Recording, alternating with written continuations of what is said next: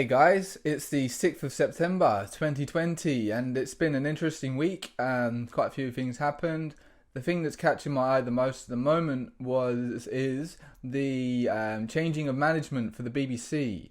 You know, have Tim Davies coming in, who's supposedly going to be sorting out the woke mentality that is overtaking the BBC and get them more in line, become non-biased. But it all sounds very nice. Whether anything happens, we shall see. Would be nice if the BBC actually was doing what it should do, providing independent, journalism that's not biased to either political party or any other agendas.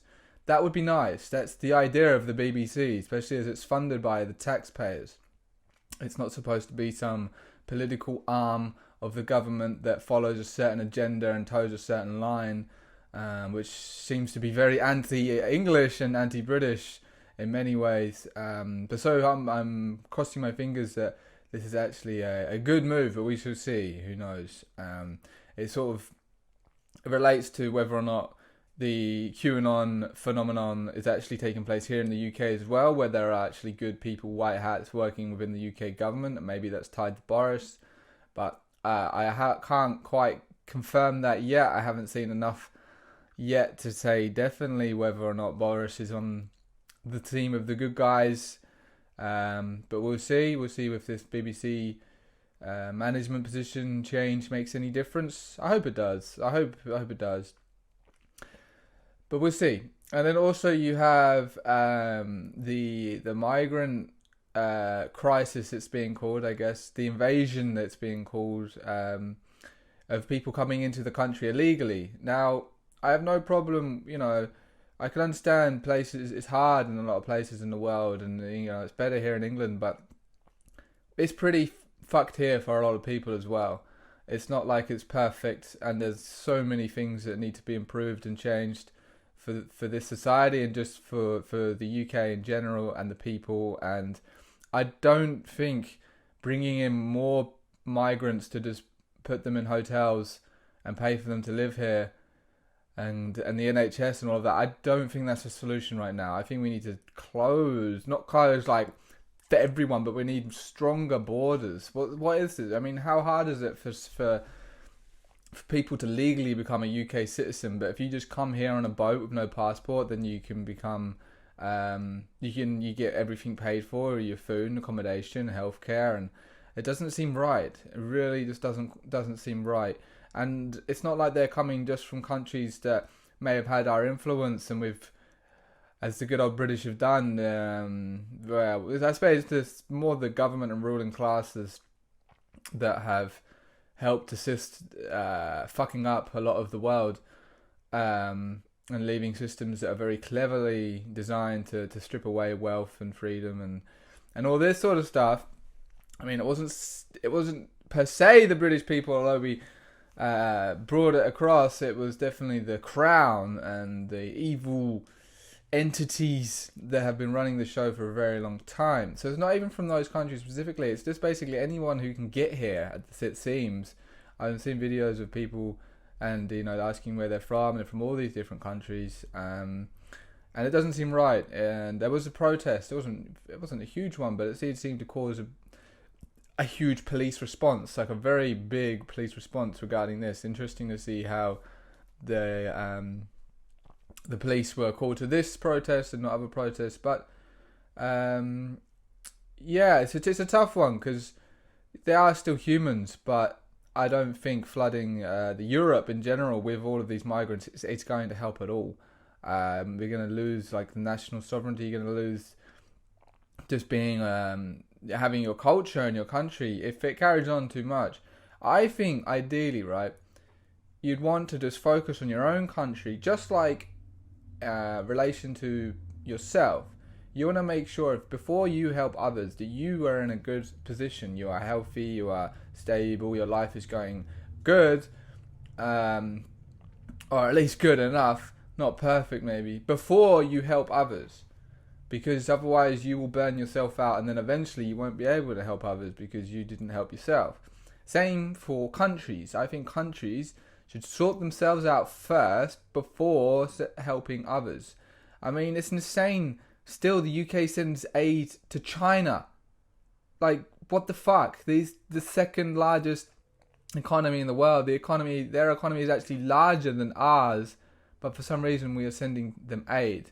That kind of shit just, well, it reeks of globalism, and under the globalist model, that makes perfect sense. I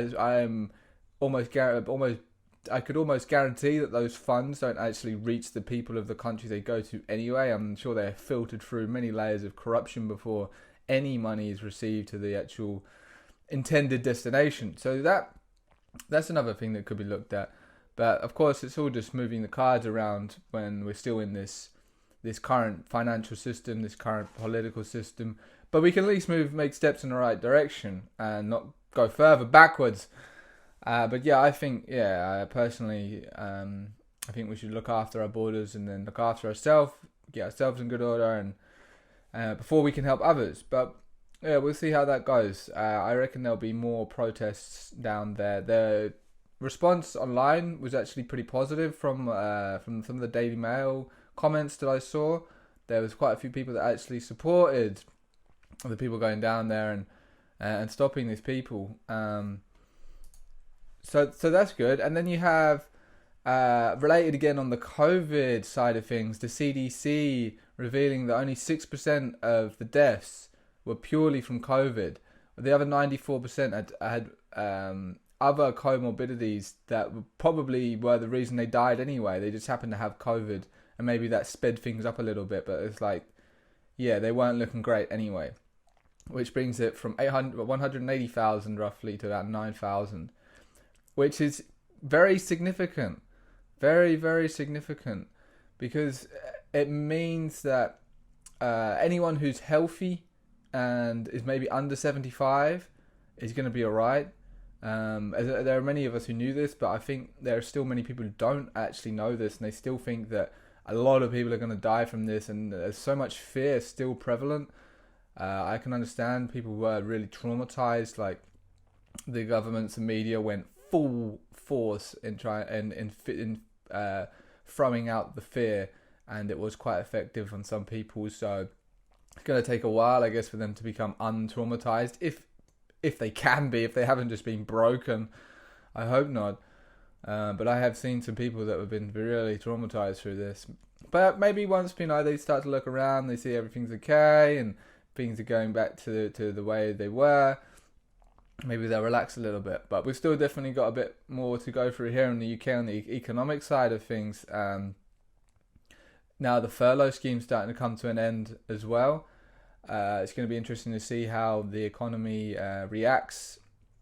So things in the UK, but as well, I'm wondering, like, how long are these measures going to go on for? Is it really going to be till the election and then it's sort of just forgotten about? I think, the election in the States, because I reckon once Trump wins, the Democrats are not going to give in, and the forces behind them are going to try and pull something off that is almost akin to a child just like smashing the board when they've lost the game. I think they're going to try something like that.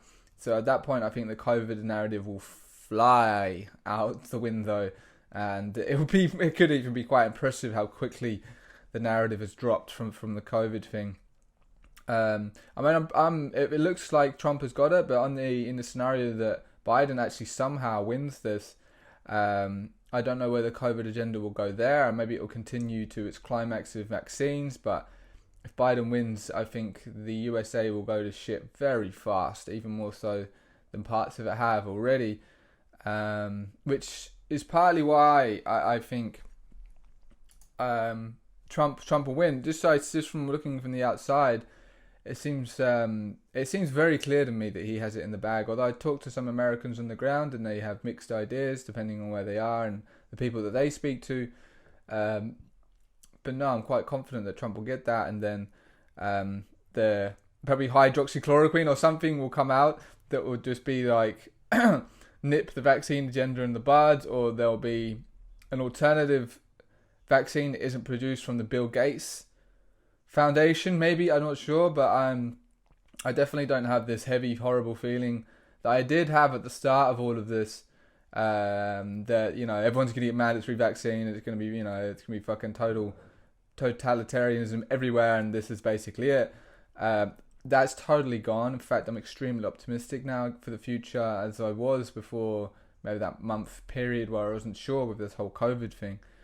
Back to the extreme optimism, and very confident that we're gonna get through it. People are gonna wake up. Enough people are waking up. I do my part, and it's very rewarding. So yeah, I'm quite positive for the future, guys. Just seeing what's happening. Curious to see how exactly it all plays out. Is QAnon present here in the UK? I'm asking these questions. I'm curious. If anyone has any ideas or information about this possibility, because I haven't heard it spoken about much, I would love to hear it. But yeah, for now, until next time, guys, I'll see you later.